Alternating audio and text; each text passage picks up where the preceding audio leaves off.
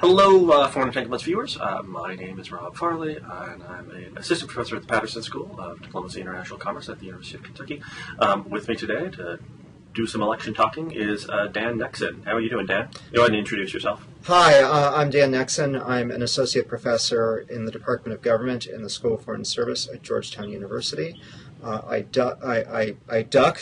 blog at the Duck of Minerva, and I've written on a variety of topics, many of which are not of interest to our listeners and viewers.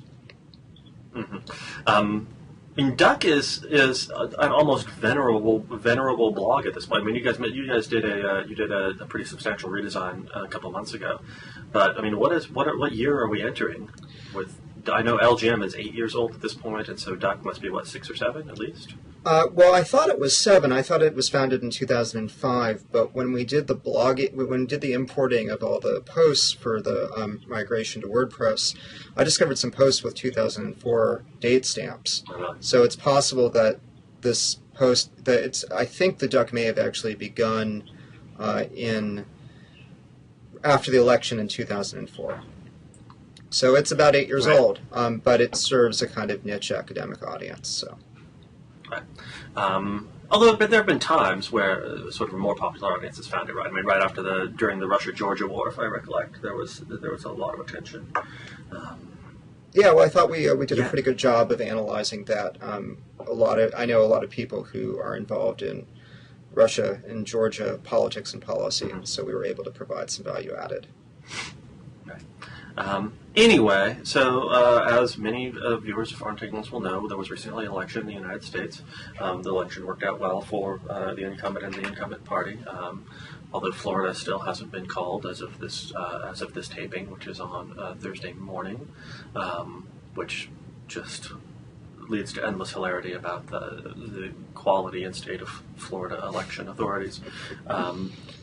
It's their job to tease and taunt us at least once every 2 election cycles.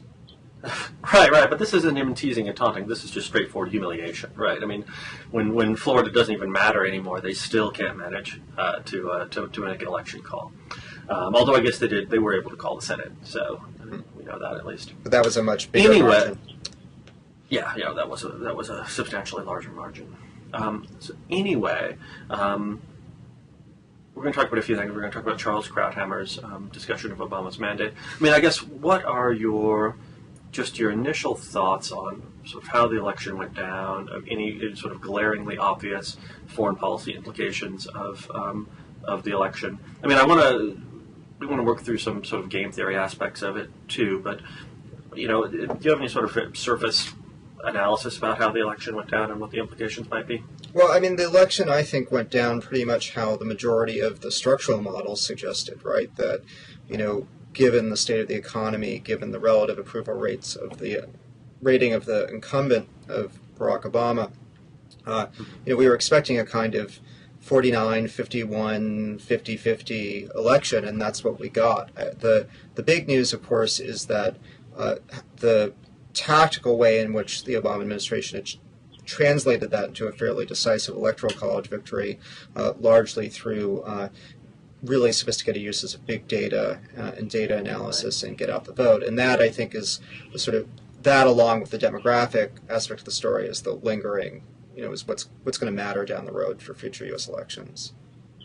Right. Now, we can just start talking about this now. Somebody had argued, I mean, a few stories have started emerging about what the Romney campaign called Orca, which was its big computer model. There have also been some stories just in the last couple of days that the Romney campaign really genuinely believed, and its pollsters believed, that it was closing the gap in all of these states, sort of the swing states, Pennsylvania, Ohio. Pennsylvania not really being a swing state, but them believing that, which is very interesting to me, because the only polls that were showing Romney closing the gap in those states that were publicly available are some very heavily Republican-leaning pollsters like Rasmussen and so forth.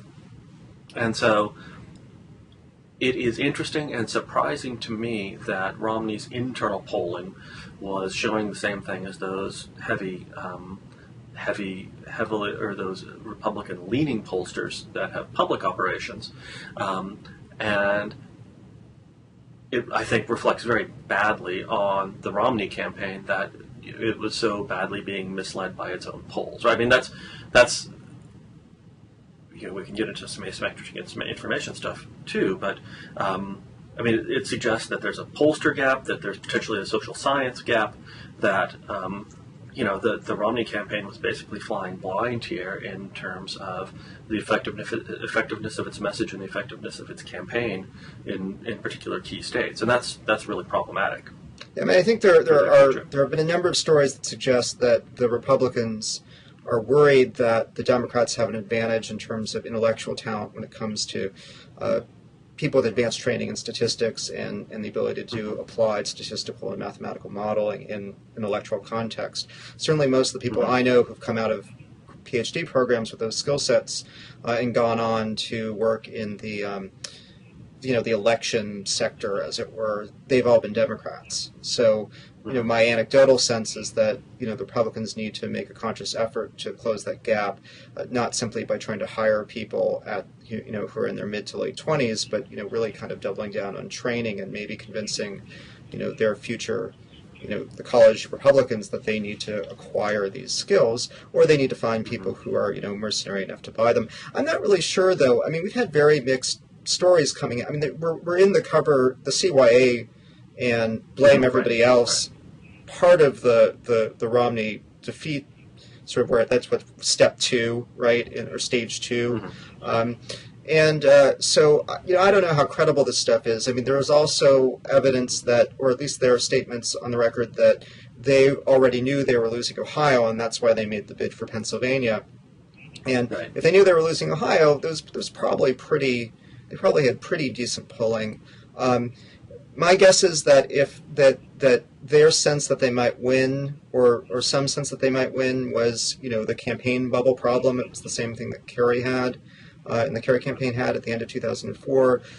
It was probably the electoral. They probably did their polling, and then some of their polling was run through the same kind of electoral models that Rasmussen and Gallup were using, that really badly underestimated minority participation, that underestimated the Democratic lean this cycle, that underestimated the ideological makeup of the electorate, and sort of messed up what it meant to have a lead among the independents. All sorts of things that people who were political scientists and political science bloggers, the monkey cage crowd and the mischief of faction people, were they were saying, look, we are not impressed when this was happening, although being careful about it. So that's my sense, that they kind of, to the extent that they really believe this, they were buying their own story, and they were putting their thumbs on the numbers in ways that would, help them. And you can do that no matter how sophisticated you are. I think it's almost necessary to keep a campaign going when you're facing a narrow loss that you have that kind of attitude. Right, and there are some interesting dynamic. And when you were talking about how they need to, invest in some human capital and developing some human capital with regards to statistical modeling and sophisticated mathematics. Two things struck me. One is that there is just nothing about the incentive structure of movement conservatism right now that seems to favor such a move, right?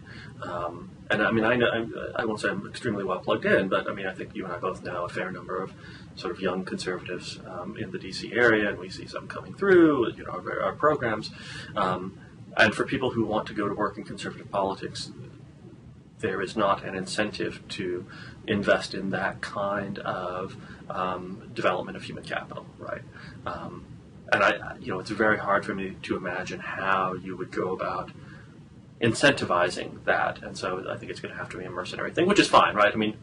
Whatever. As long as a campaign like the Romneys is willing to trust somebody who isn't actually a Republican, mercenaries are fine. And you can definitely find mercenaries who will do an entirely reasonable, credible job of doing the necessary statistical work. But at the same time, I think that it does bear emphasis that what we have had here was not just motivated bias, right? It was also a necessary fiction, as I think you kind of suggested, to keep the Romney campaign functioning. And that institutions, organizations of all sorts produce these kinds of necessary fictions in order to persevere against adversity, right down to sort of morale building and cultural building and institution building in the military, to something as basic as the football coach who still insists that you have a chance even though you're down by 24 at halftime, and that there's a way that we mock that, and we certainly will mock that over the next couple months, and I certainly was happy to mock it yesterday. But it's also, as you suggested, necessary to simple the functioning of a campaign which has a small but non-zero chance of pulling together a victory. Yeah, I mean, that's the thing to keep in mind, is even when the height of bashing Nate Silver, and I'm in the camp who thinks this model is probably overly complicated, but even the height of bashing Nate Silver, he was still predicting, a 1 in 5 election that Romney would win. It's so close, and we've seen how close it is in places like Florida and Ohio, where the margin, I was looking at the margins, narrower than it was in 2004.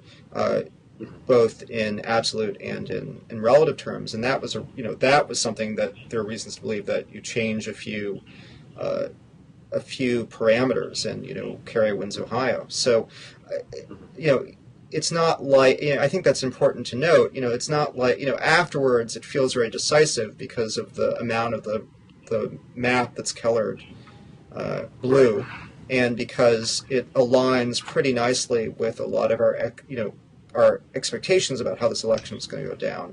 But it's still a pretty razor-thin margin in some respects. I think the real reason why Republicans who know better are freaking out isn't because it's obvious because they lost seats in the Senate. It feels probably a lot to them like 2004 felt to us center-left types.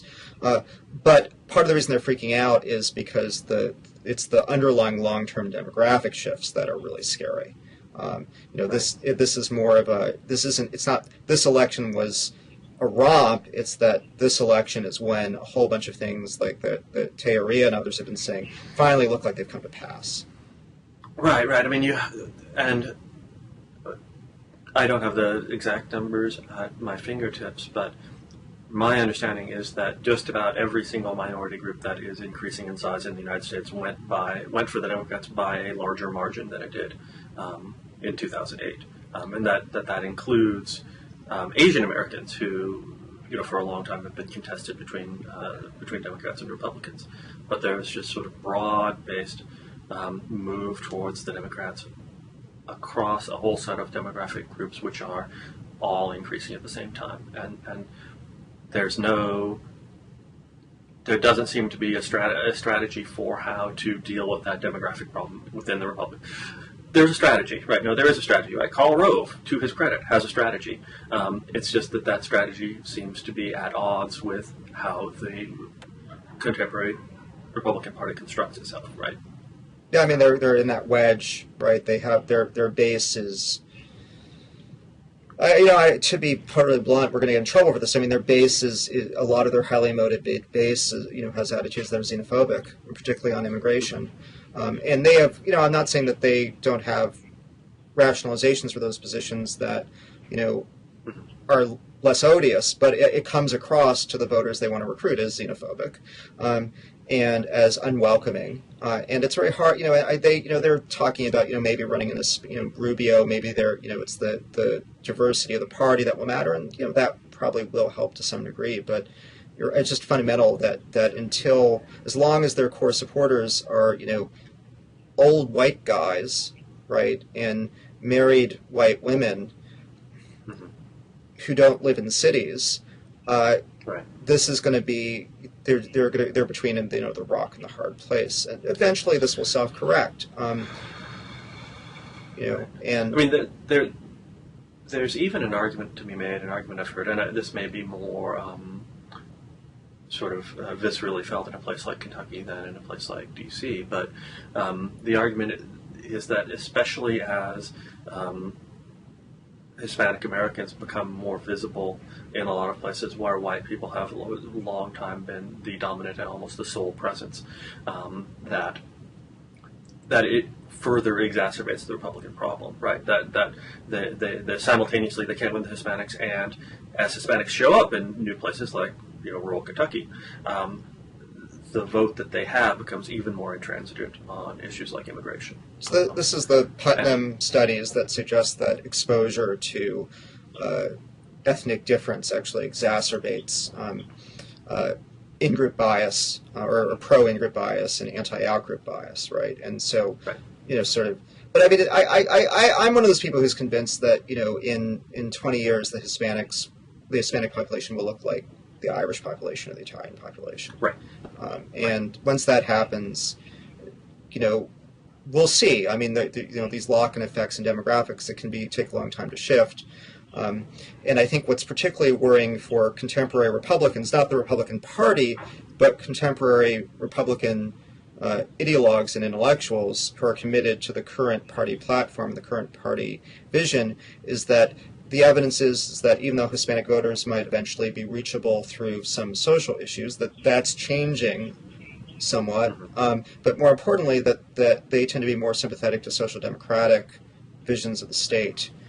And unless that changes, we're talking about a really major challenge where the Republican Party is not going to be able to adapt by simply being nicer on immigration. It's going to have to actually change some of its core positions. But we always have to be nervous about projecting out 16 years from where we are now. I don't think we would have been having this conversation, in 2000 or in 2004. Right. Well, I mean, we did start having this conversation in 2004, and I mean, we started having it because there were people in 2004 who were making effectively this argument, but were over-predicting it, right? Who were saying, not only that this is a long-term trend, but that Kerry is going to win this year because the turnout's going to be different than what the models are predicting, and so forth. I mean, to my recollection, and I was certainly very hopeful as a Kerry supporter on election night 2004, but to my recollection, the apparatus of it's probably part of the reason is that there was not an apparatus of sort of democratic intelligentsia, like a separate democratic media in 2004 in the same way that there is in 2012. But while there was certainly a lot within the blog infrastructure, there was a great deal of optimism about Kerry. It didn't seem to equal the sort of well-established narratives of a Romney landslide that we were getting on November 5th. But you still were having this basic demographic argument. Well, and you make an important point about, I wasn't suggesting that people weren't seeing this coming. I was suggesting that the tenor of our conversation would be different based on, how we, because based on the outcome. But I do think that it's important for you to point out, and I think you were suggesting this among your comments, that it's not just that you have this demographic shift, it's that the Obama, brain trust went out of its way to activate and mobilize those voters, and that those voters were not etch-a-sketched away. They understood what had been going on during the Republican nomination process, and though the policy details might be the kind of thing you can etch-a-sketch, the tenor of attitudes towards ethnic groups is something that's much more difficult to deal with. But right. I think that in 2004, if I think about myself, I read all the Daily Kos unskewed poll things, right? They're undersampling Democrats. That conversation was happening on the left. But I do think that there was a kind of hopeful sense that Kerry might pull it out, and particularly because in 2000, Gore had overperformed some of the polls that we've been paying attention to. So I think there was the sense that, maybe, he'll get enough minority voters to come out. Maybe he'll, flip enough of the undecideds. Whatever, these sorts of things that he'll emerge victorious. And so I think the general sense was hopeful, but none of the people, at least I talked to in my sort of niche, really thought he was going to win. We just hoped that he might. And it was disappointing, I think, in part because we didn't expect that Bush was going to get as far over 50, that we thought it was going to be like 49-48 election possibly, or 49-47. Right. So, it didn't, there was that 2000 experience. So I think that that's right, that there just wasn't this cognitive bubble, or the cognitive bubble wasn't as widespread, or it wasn't so saturated by existing not only in the blog sphere, but also in, the mass media channels that a lot of Republicans use. And as you know, I think this is the sort of epistemological wilderness that a lot of very smart Republicans are in is incredibly frightening to me. Right. Now, a little bit about that. So, it's not... I've made the argument a few times that, and I think you've made sort of similar arguments about the state of the state of the GOP foreign policy apparatus. First, that a foreign policy apparatus is something that there is always a sort of a shadow government. I really like how the foreign policy blog shadow government. Even if I don't love certain aspects of the blog, I love the idea of shadow government. Right, that there is sort of a shadow GOP foreign policy establishment, and that this is sort of a coherent community, and it continues to exist. That community has been in exile now for 4 years. Some people would in fact argue, and I've seen this argument, that community has been in exile since 2006, since you had the shift from Rumsfeld to Gates and the purging of people like, semi-purging of people like Wolfowitz and other. But that community certainly had a lot of influence over the Romney campaign this time around. Right? He essentially drew from that community as his foreign policy base.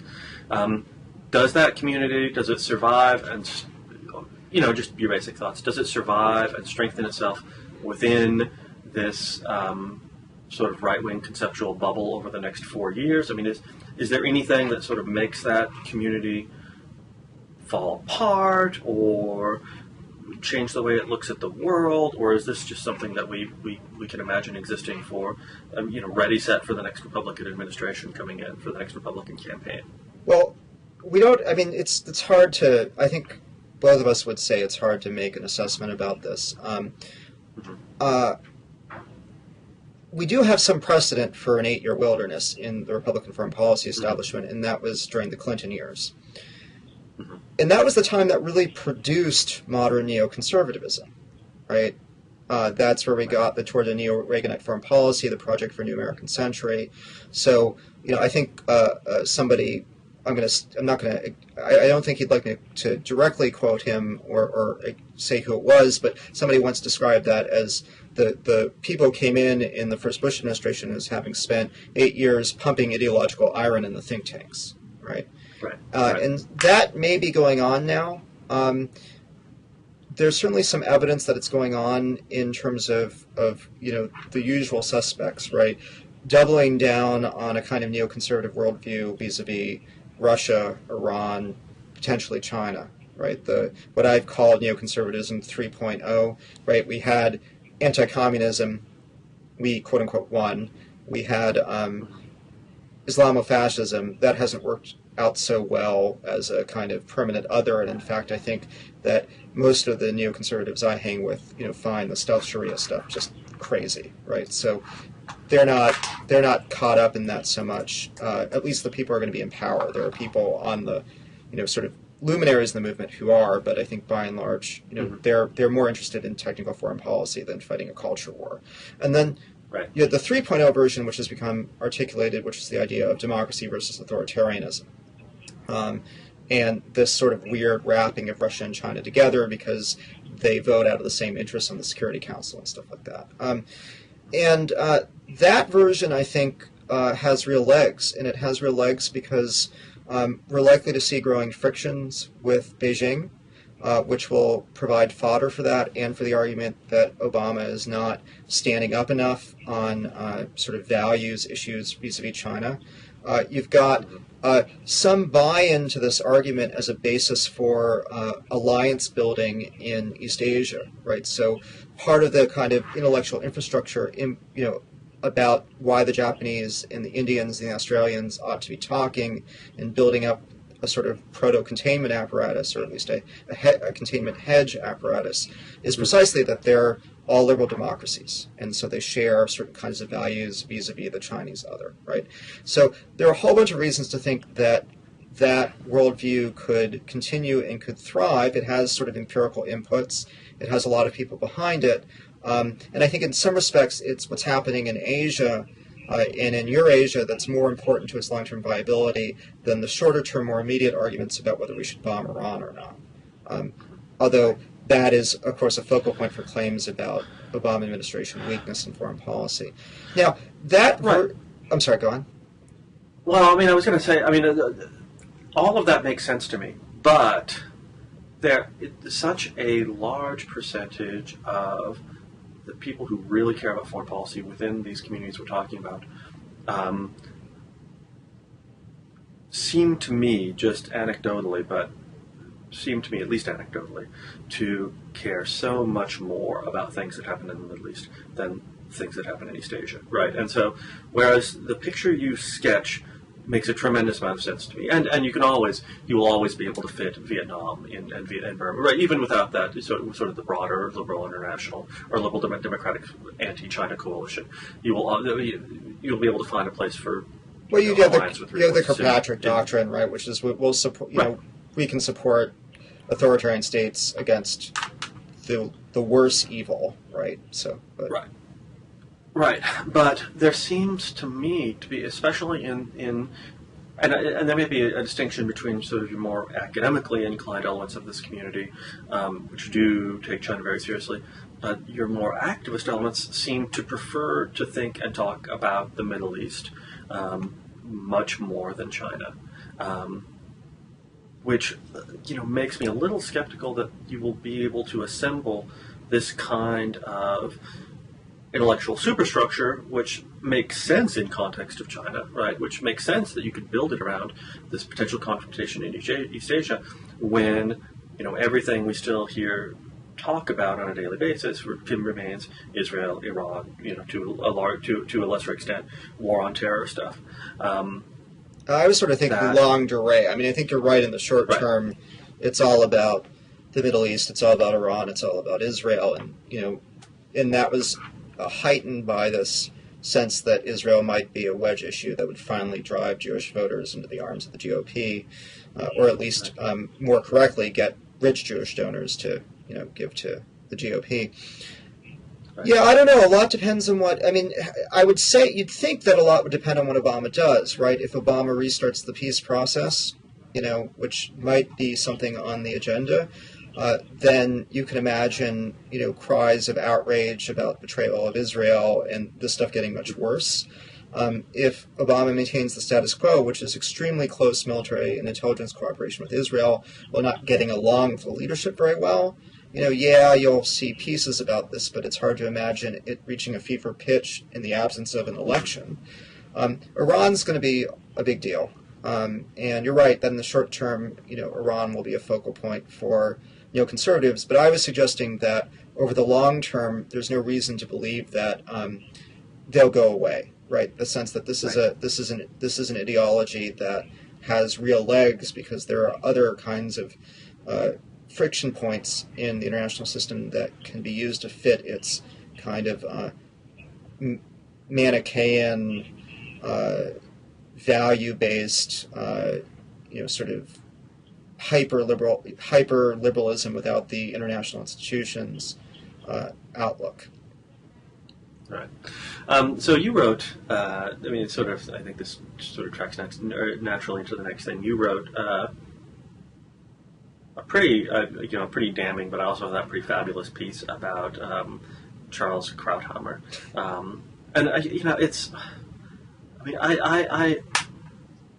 I just have, I don't understand where from whence do we derive our legitimacy? I don't understand where Charles Krauthammer derives his legitimacy from, and why, even within that community, he's taken seriously as a very senior voice. I mean, I suppose it's because of, he was with the Carter administration and everything else, but he wrote a piece about mandates and about how the Obama administration lacks a mandate. And I mean, you wrote, I think, just a fabulous piece about, what are you talking about, a mandate? I think you had a picture of a man there who you could date, and it was, part of this is just sort of partisan hackery, right? That sort of partisan hackery that, theoretically Krauthammer is supposed to be this kind of senior statesman-like voice, and he's not supposed to do. But I don't know. Why don't you give us your thoughts on Krauthammer? By all accounts, he's a really nice guy. His kids actually went to the same school that I went to, although long after. So, or kid, I don't know how many he has. So, by all accounts, he's a good guy. And that can count a lot once you're already kind of in the circle. But yeah, I don't know. My sense is that he had interesting things to say as part of the kind of movement that coalesced around what eventually became neoconservatism. Sort of as a kind of a New Republic style Scoop Jackson liberal, which some of these other commentators came out of, right, in the 80s, right? And they had interesting things to say about getting tough with Iraq. They had interesting things to say about trying to, at that point, what looked like a corrective, which was to be more liberal value-y in a very realist environment, particularly under the first Bush administration. And there was a moment, interestingly enough, in the early 90s when some of these people, they had bought into, I'm not Krauthammer specifically, I think about like Josh Moravchik, even could have possibly gone into the Clinton administration. Because, the sort of democratic enlargement worldview, it wasn't obvious that you're going to wind up with this kind of hyper-partisan divisions and the real association of neoconservatism with Republicans, right? And you can go back to some debate about the Iraq War, and in fact, people point out correctly that, a lot of the Clinton people were sort of a little bit more amorphous in their relationship to these divisions that developed. I don't know what to make of it, except for my sort of, I talk about my concern about epistemological wilderness, my sense that there's been elite self-capture within the Republican intelligentsia, right? That that arguments that were deployed instrumentally to mobilize the base and were deployed instrumentally for, as part of a kind of war of ideas, have become internalized. And they've also developed now a support base within the party because some of the people who were fed on this stuff got elected, particularly in 2010. So, I don't know. I don't know whether that's... a different way of phrasing that would be smoking their own product, right? That's essentially the argument you're making. Yeah, that I think that, I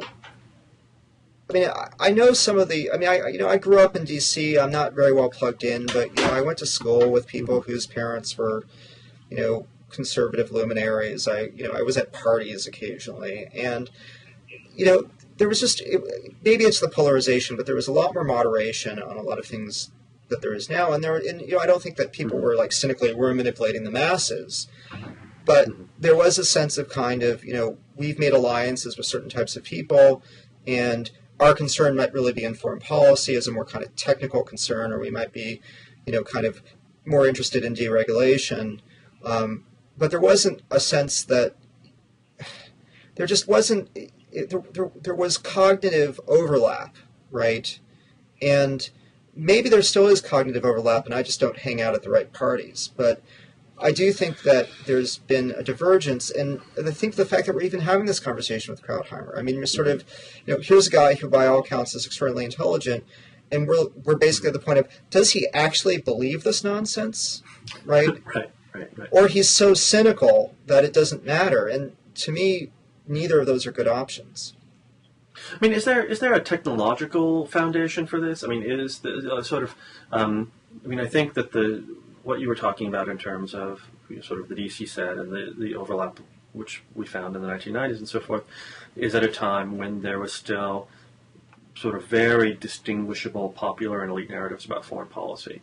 And I think in some senses there still are, but and I know you've done work on multivocality. In fact, I just did a class where we talked about multivocality and how political actors will say the same thing, but they'll mean two different things to two different audiences. But it seems to me that the popular and elite narratives have really penetrated each other in important ways over the past decade.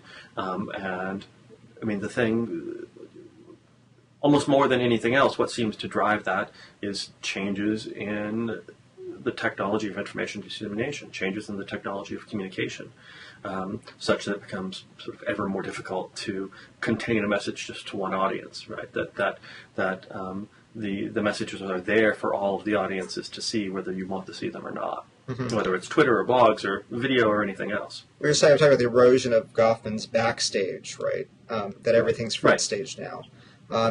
Yeah, I don't know, and I also want to be careful about being totalizing about this. I mean, one of the flip sides of this is that if you go to like the national security Twitter meetups, and I've been to one of those, you find people from, with very different opinions on a lot of foreign policy issues who are, interacting with one another and talking to one another. And so, we could talk about specific, NatSec Twitter people. I don't think it's worth doing that, but there is engagement there, right? It's actually when I see the arguments get weird, right?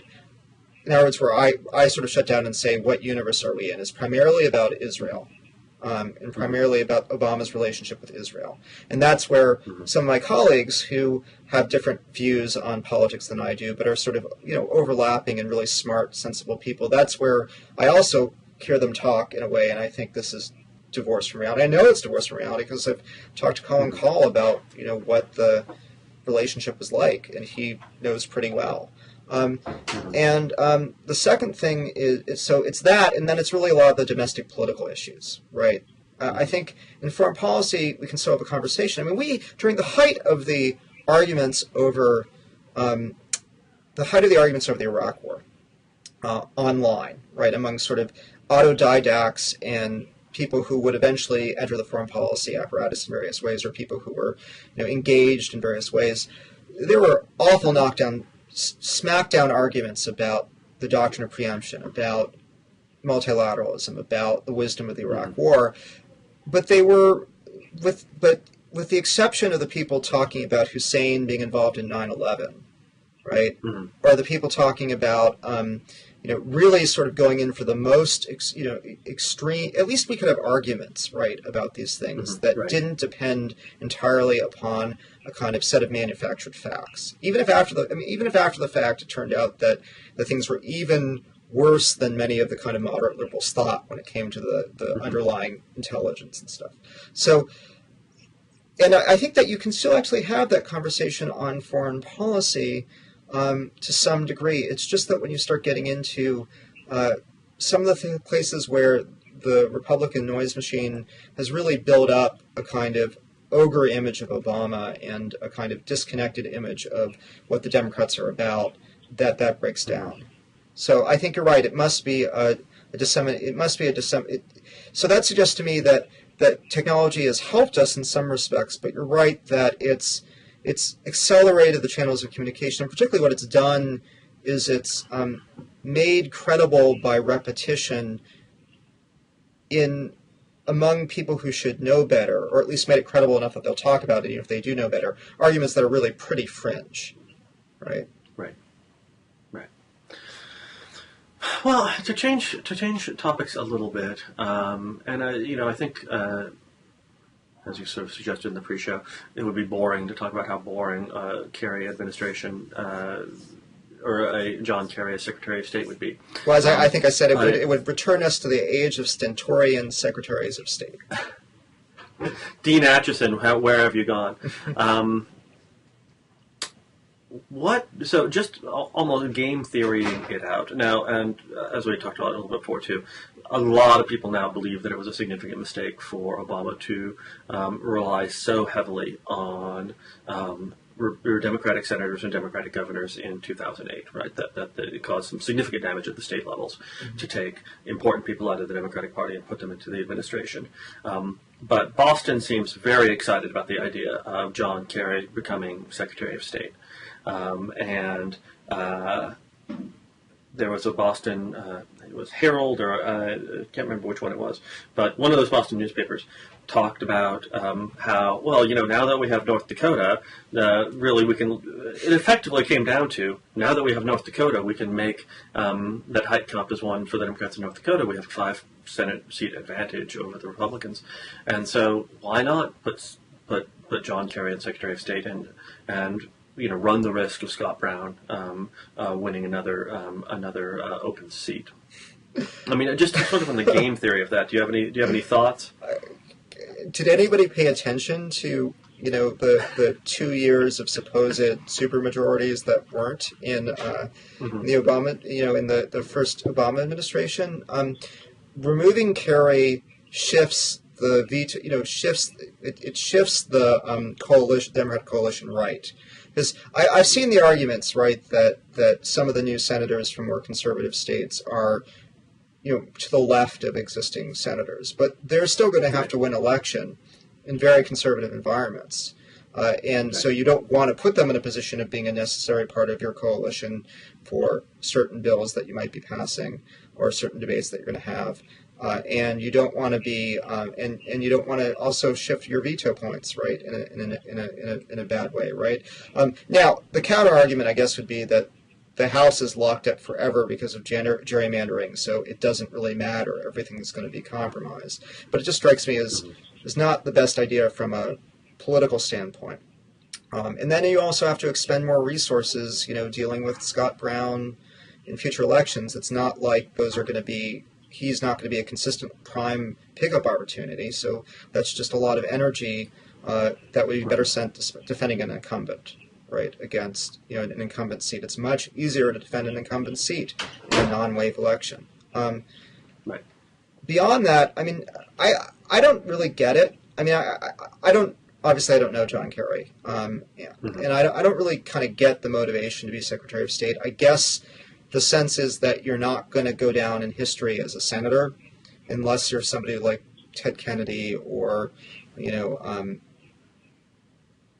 jerks. Now I'm blanking. Unless you're Ted Kennedy, right? You don't. Well, Bob Dole, right? I mean, it's sort of a similar career. I mean, Bob Dole would be remembered even if it hadn't been for the presidential race. Right, and we have a particularly important senator and so forth. Yeah, and we have Henry Clay and all these types from the 19th century. But by and large, I mean, I guess there's a sense that you make your mark on. You're much more likely to make your mark in history, and you also don't have to deal with the frustrations of legislating. You get to be more in a kind of quasi-executive position, but. If that's it, more power, and he really wants it, and the administration wants to accommodate him, and they want to take the risk, more power to him. But there's a lot of talent in the Democratic foreign policy community, and we don't always have to have somebody of Clinton or Kerry's stature as Secretary of State to have an effective State Department or an effective foreign policy. So it wouldn't be my first choice on both pragmatic political grounds, nor on the sense that there's a real pressing need to bring somebody to the foreign policy team. Now, I say there's enough talent in the Democratic foreign policy establishment. That's another thing from endorsing some of the problems in the current NSS or the current foreign policy kind of way that the foreign policy procedures have worked, which is a whole other issue.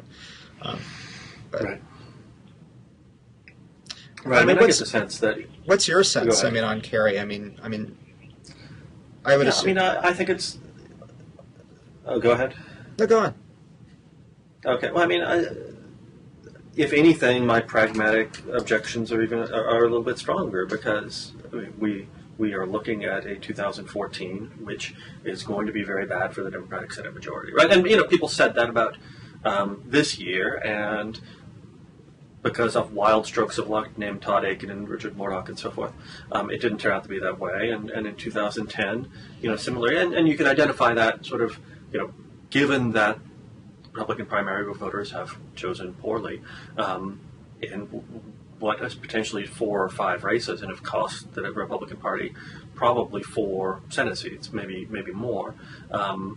That can you identify this as a long-term trend that the Republicans are going to be picking bad senators, and so you have to worry less about individual races.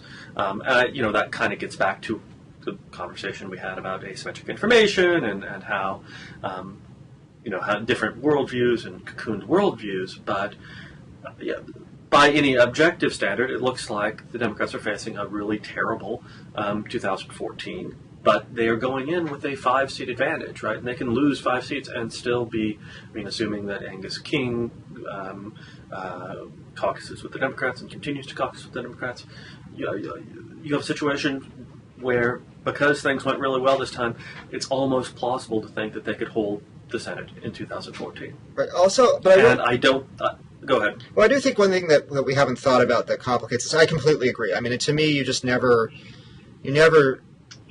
jeopardize a majority, and you never want a smaller majority in a very important body. Okay. And I think 2014 is going to be difficult. I think a lot will depend on the state of the economy, but you can't assume it's not going to be anything but extremely difficult. But one thing that we haven't considered is that Kerry may not run again, right? That this may be that he's not a spring chicken, and he may want to retire. Right. And then the question becomes: is it better to have a special election that might put Brown back in, or is it better to? That's interesting. Is it better to run that during? I guess when is Kerry's? I don't actually know when Kerry's term is up. He's 2014, is my understanding. Maybe he's up in 2014. Yeah, is that a better environment because you got higher Democratic turnout in Massachusetts, or is it potentially a worse environment? Were it not for Scott Brown, I would say that you might as well go for it. But Scott Brown has already demonstrated the capacity to run statewide. He has already demonstrated the capacity to win a special election in Massachusetts. He was rejected this time for Warren, but most of the data seems to suggest that this was about Warren and Obama rather than about a rejection of Scott Brown. Unless Massachusetts Democrats have someone, right now who they are sure can beat Scott Brown right now, it seems to me a much more iffy gamble than, even if Kerry decides not to run, than in prepping somebody for 2014 and in letting the sort of the glamour fade off of Scott Brown for a couple of years. Right. So in other words, not. Yeah, no, it makes sense because part of Warren's argument is Democratic control of the Senate, and Massachusetts voters cared about that. I don't know what his favorability numbers look like now because I know that they eroded somewhat during the campaign, but by and large, Massachusetts voters seem to like him, and so we get him too, right? So I agree, but it is worth considering, right, that this may not be as simple as seat or no seat. To be honest, if I were Scott Brown, I would consider switching parties, and I would be a moderate, I'd be a moderate Democrat, and maybe he thinks he doesn't have. Maybe he thinks the Democrats hate him so much because of that, but I think he could make a very credible case to say, look, I'm very much, I consider myself a Northeastern Republican, and my sense from looking at what's going, just sit back, look what's happening in negotiations and say, I can't be a part of that party anymore. My Northeastern Republican values are now actually better represented by the Democratic Party. And if he did that, it's hard. It's harder for me to see an opponent who would, be able to defeat him. So. Well, there's obviously, there's a great deal of regional precedent for that, right? Not just Jeffords, but also, a bunch of independents who caucused with the Democrats, and Chafee, who virtually caucused with the Democrats for a while, and there's an interesting argument, and of course, it just comes down to what Scott Brown thinks about the world, and it'd be interesting if there were a phone call between Kerry and Brown to see sort of how to feel that out. But that's very interesting. I hadn't thought fully in those terms. The question is how much is he moderating because he's, because strategically, or how much is he voting with the caucus, when he was, in strategically, and we just don't have a good answer to that. So. Right. He needed to win re-election in Massachusetts, right? And he knew he would be targeted, and so he knew he had to run to that electorate. That's true. I don't know. Well, did you have anything else you wanted to talk about today? I guess for me, the biggest thing going forward is, I guess what we've identified so far is how is there going to be increasing divergence between the political universe that Republicans think we live in and the political universe that I would say everybody else, but I should at least probably be polite and say Democrats live in. One I think coheres more with at least electoral reality. I mean, or are there going to be people pulling back, sort of trying to drag this Republican worldview back to one that has some sort of coherence with, statistically observable electoral outcomes? Well, it depends on what. I just don't know. I mean, it depends on what arena, because there are different mechanisms that lock the Republicans into different kinds of positions. So, on a lot of range of issues, I think a lot of what happens is partisan queuing, and I think, if you don't think that the Republicans can change their outlook on a lot of issues, you weren't paying attention in 2008, 2009, right? I mean, this is not, I'm not the only one who says this, but the modern Democratic Party is a center-right party that concluded it could not achieve many of its policy objectives by doing more left-wing stuff, like national health insurance, or even a really employer-mandated centered plan. There is an employer mandate in Obamacare, or by doing high levels of regulatory, new regulatory legislation on, say, something like global warming. So what did it do in the 90s? It began to adopt Republican policy alternatives that sought those same ends, right? Cap and trade, the individual mandate, and so on and so forth, right? So it is now, in terms of its policy portfolio, by and large, a center-right party. Certainly the Europeans understand that it's a center-right party, and I think even in American terms it is a center-right party, and it's, that seems to have been Obama's inclinations from the get-go. He seems to have gotten a pass from Democrats in the 2008 nominating campaign because of the Iraq War issue. But in many ways he ran to the right of Hillary Clinton in 2008. On domestic politics. So this is a center-right party, and the Republicans decided that they were going to turn around and oppose things, DREAM Act, et cetera, that they had supported 6 months, 3 months, a year before. Sometimes they offered flimsy excuses, well, I was for immigration reform, but Obama's being mean to me, right? That was Lindsey Graham's excuse, right? But a lot of times it was, this is evil socialism. And this is his crypto-Marxism. And a lot of people who would have supported those policies if they'd been enacted by McCain or Romney now think that they're evil. And I think that all you need is another 6 months of partisan queuing for a lot of those policies, probably not Obamacare, but certainly something like cap and trade, to move back into something that Republicans can live with, right? But there are a lot of reasons to think that they won't do that, in part because I don't know how much the sort of the base or the donor base, the core kind of political pressure base is going to be okay with that. Certainly on environmental issues, as long as they are getting a pipeline of money from industrialists who don't want, those environmental issues to result in policy changes, it's going to be difficult for them. So, I think that if the Republican Party wanted to shift on these positions, and did it over a period of a year on any of these positions, with the possible exception of abortion, in a couple of kind of key value areas where they could at least soften. They wanted to shift on those areas. Right. What about? I mean, and this is coming up right soon, right? And we're talking about this in the last couple of days. What about tax increases? Even sort of short-term tax increases, like that fiscal cliff-related tax increases. So, if they call it reform and build it into a big omnibus package such that, everybody can look and see that there are tax increases within it and the tax burden is shifting and that net revenue is going up. But that's a hard technical argument, and we've simplified the tax code and made it fairer, and we've dropped a lot of people's taxes, or we've kept a lot of taxes revenue neutral for the average American. As long as they signal that for a while and talk about go back to the fair tax, the sort of fair, flat, taxy arguments that Republicans have also liked. If the Heritage Foundation is doing that, and if you get the elites along, and you get Fox News to go along, you're done, right? enough of the Republican Party will say, that's awesome.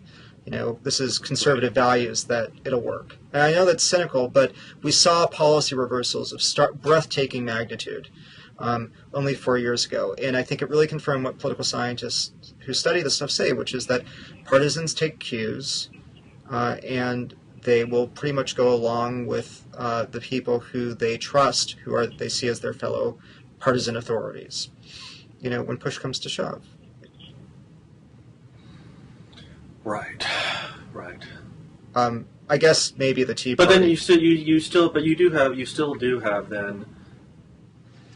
I know we're getting a little bit too much into the weeds, but I mean you do have intra-party dynamics, though, right, that are going to prevent sort of clear cueing messages from being sent to the Republicans more generally. And I guess part of the question is, who holds the keys to Fox News and the broader Republican media, and potentially even the Republican think tank establishment, right? Because to the extent that Boehner is even interested in compromising, revising, restating in a different way a lot of these arguments, that depends on his ability to, along with the donor class, or even to debate with the donor class, with regards to other House Republicans and other major Republican actors, right, who might have incentives that are, completely different in terms of, or incentives which are not policy sensitive at all, right?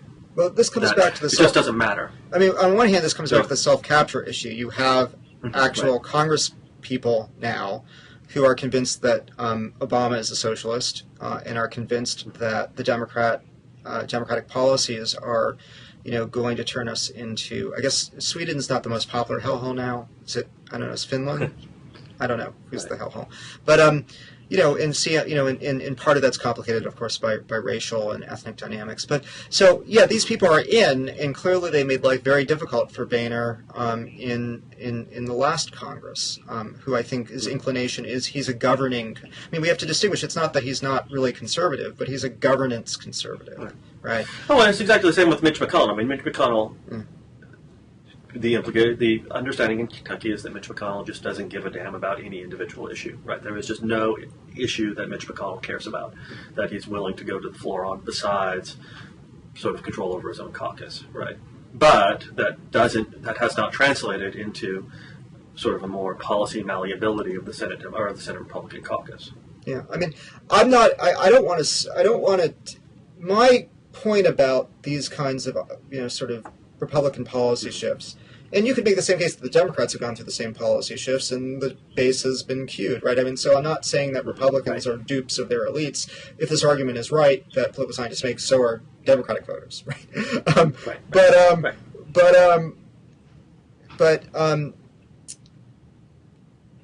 That being said, I think that there are a lot of mechanisms that make compromise extremely difficult, a lot of pressure points and a lot of veto points in the modern Republican Party.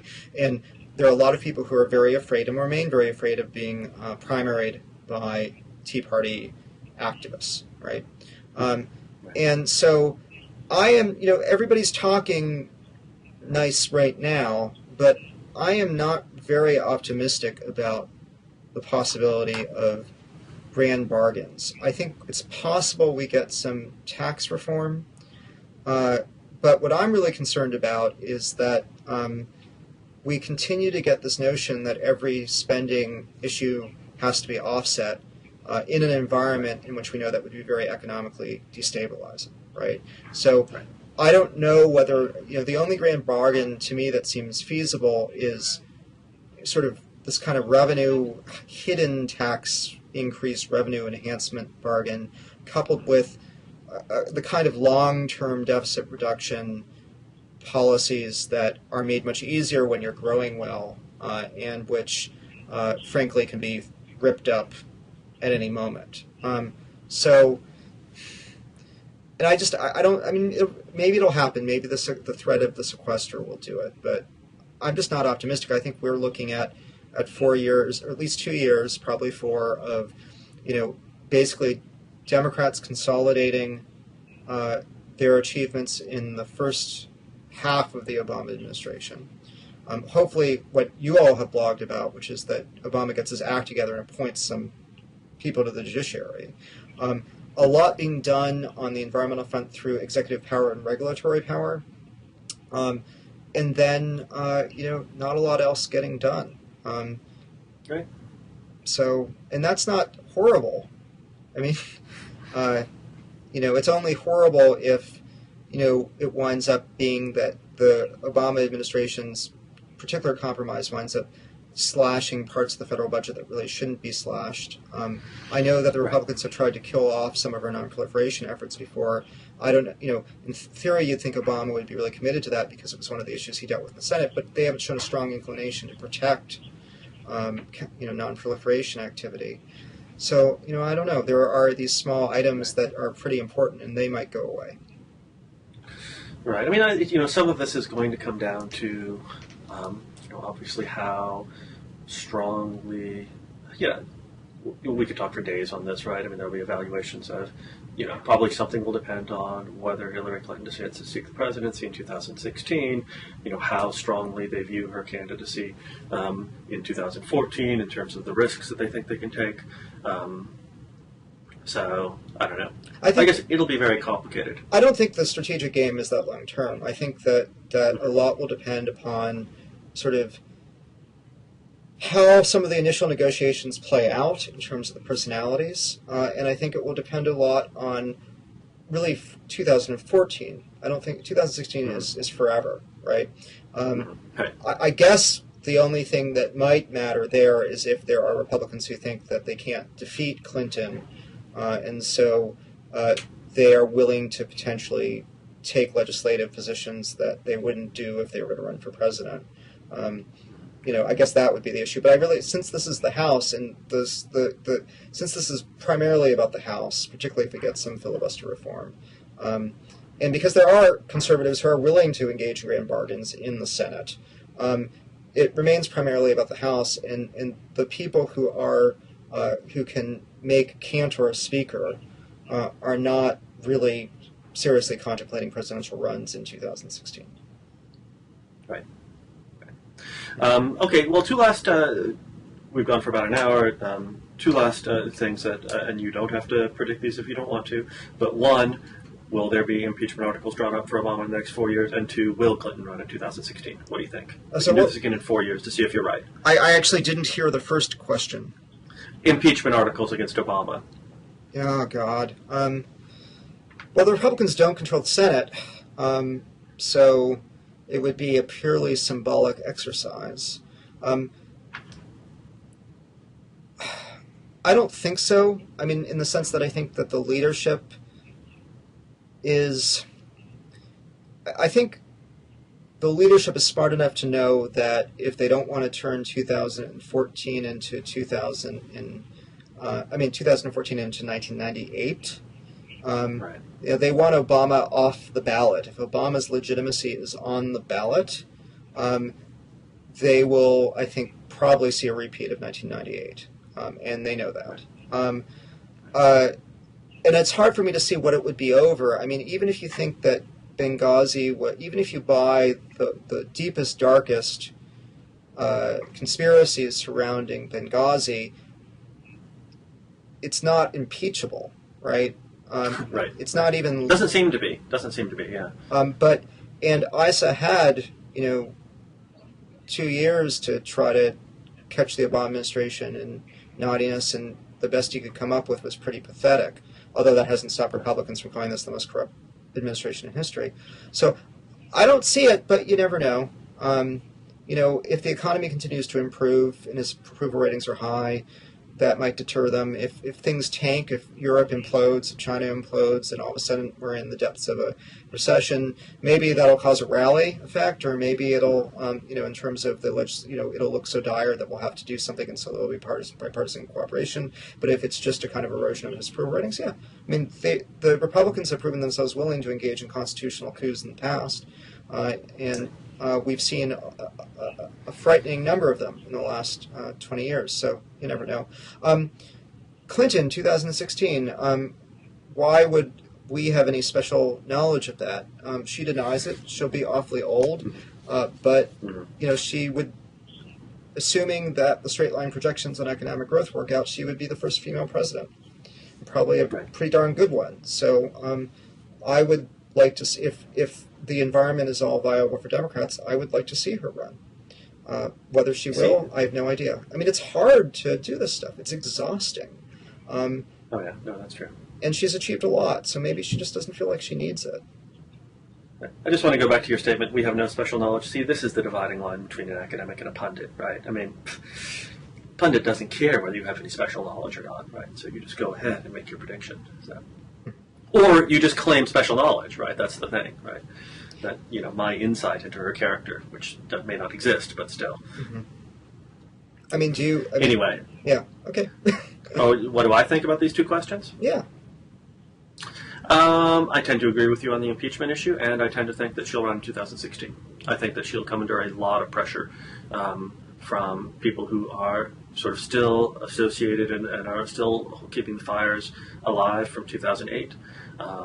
And I think that, you know, when we say that this field has been swept, right, the field had been swept in 2004, potential competitors to Clinton, and it turned out she had a competitor.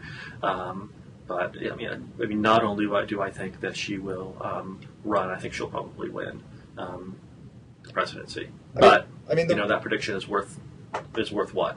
So yeah, nothing. As is mine. Right. But the really interesting question actually is not what's going to happen on the Democratic. I mean, it's really interesting, right? What's going to happen on the Democratic side. But I think we know that there's a pretty decent bench of, you know, there's some Democrats who are plausible presidential candidates, and it's not huge because of the loss of all these gubernatorial and other kinds of losses.